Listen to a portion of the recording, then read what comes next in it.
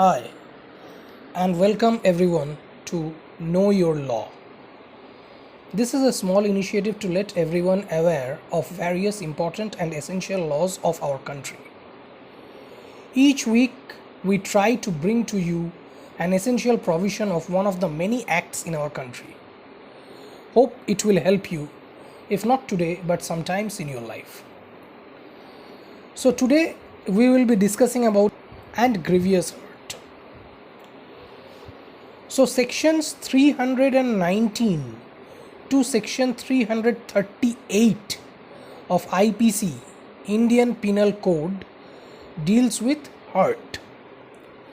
So according to section 319, whoever causes bodily pain, disease or infirmity to any person is said to cause hurt. Now what is grievous hurt? Section 320 defines grievous hurt. The following kinds of hurt have been classified or designated as grievous hurt. What are they? Firstly, emasculation. Secondly, permanent privation of the sight of either eye. Thirdly, permanent privation of the hearing of either ear. Fourthly, privation of any member or joint. Fifthly, destruction or permanent impairing of the powers of any member or joint. Sixthly, permanent disfiguration of the head or face. Seventhly, fracture or dislocation of a bone or tooth. And lastly, any hurt which endangers life or which causes the sufferer to be during the space of 20 days in severe bodily pain or unable to follow his ordinary pursuits.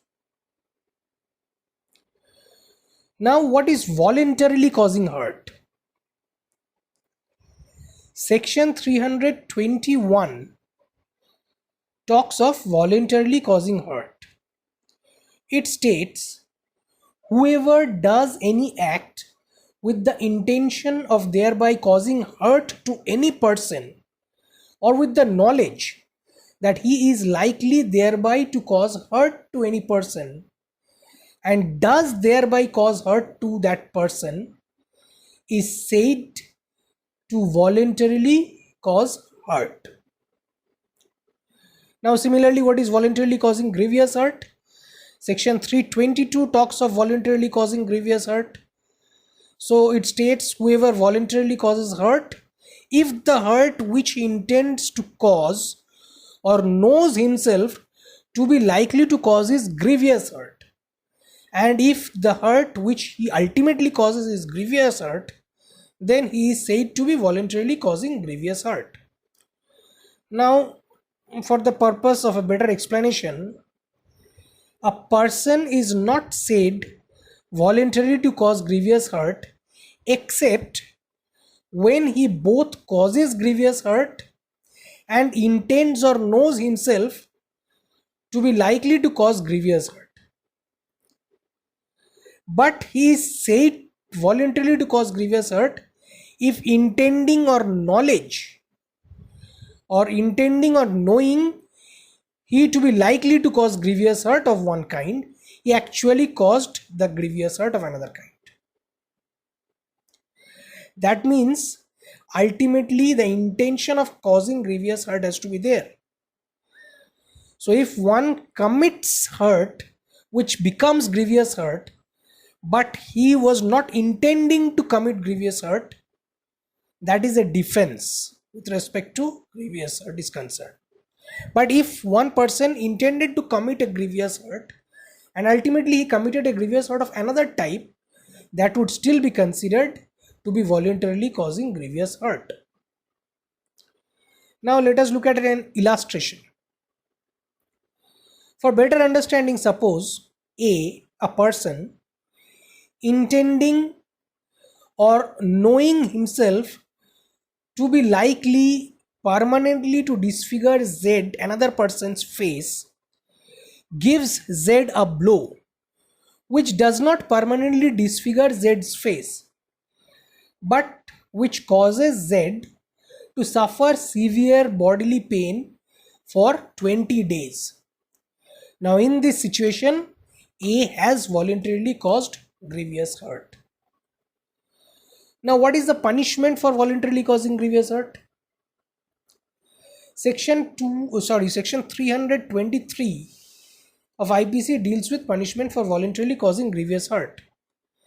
It states, whoever, except in cases provided for by section 334, which deals with voluntarily causing hurt on provocation. So it states, whoever causes or voluntarily causes hurt shall be punished with imprisonment for a term which may extend to 1 year, or with fine which may extend to 1000 rupees, or with both. Now, what happens if someone voluntarily causes hurt by dangerous weapons or similar means? So section 324 deals with voluntarily causing hurt by dangerous weapons or means. It states that whoever, with the same exception of section 334, that is causing hurt on provocation, so whoever voluntarily causes hurt by any instrument which is used for shooting, stabbing or cutting, or any instrument which is used or if used as a weapon of offense is likely to cause death, or by means of any heated substance, or by means of any poison or any corrosive substance, or by means of any explosive substance, or by means of any substance which it is deleterious to the human body to inhale, swallow, or receive in the blood, or by even means of any animal, that person shall be punished with imprisonment for a term which may extend to 3 years, or with fine, or with both. Now comes punishment for voluntarily causing grievous hurt. So section 325 deals with punishment for voluntarily causing grievous hurt. So it also states that, subject to exception of section 335, which talks about voluntarily causing grievous hurt on provocation. So if any person causes grievous hurt, he shall be punished with imprisonment for a term which may extend to 7 years. So that's a long time, 7 years, and shall also be liable to fine.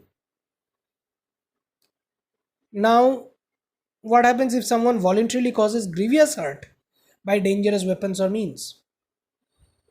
So similarly, with respect to hurt, if any person causes grievous hurt by similar dangerous weapons or means which involves or includes anything like an animal, poison, or weapon, any instrument of cutting, then he shall be punished with imprisonment for life. So that's a life term, or with imprisonment for a description which may extend to 10 years, and shall also be liable to fine. So there is a chance that a person can get a life term for even voluntarily causing grievous hurt by any dangerous weapons or means. Next comes voluntarily causing hurt to extort property or to constrain to an illegal act.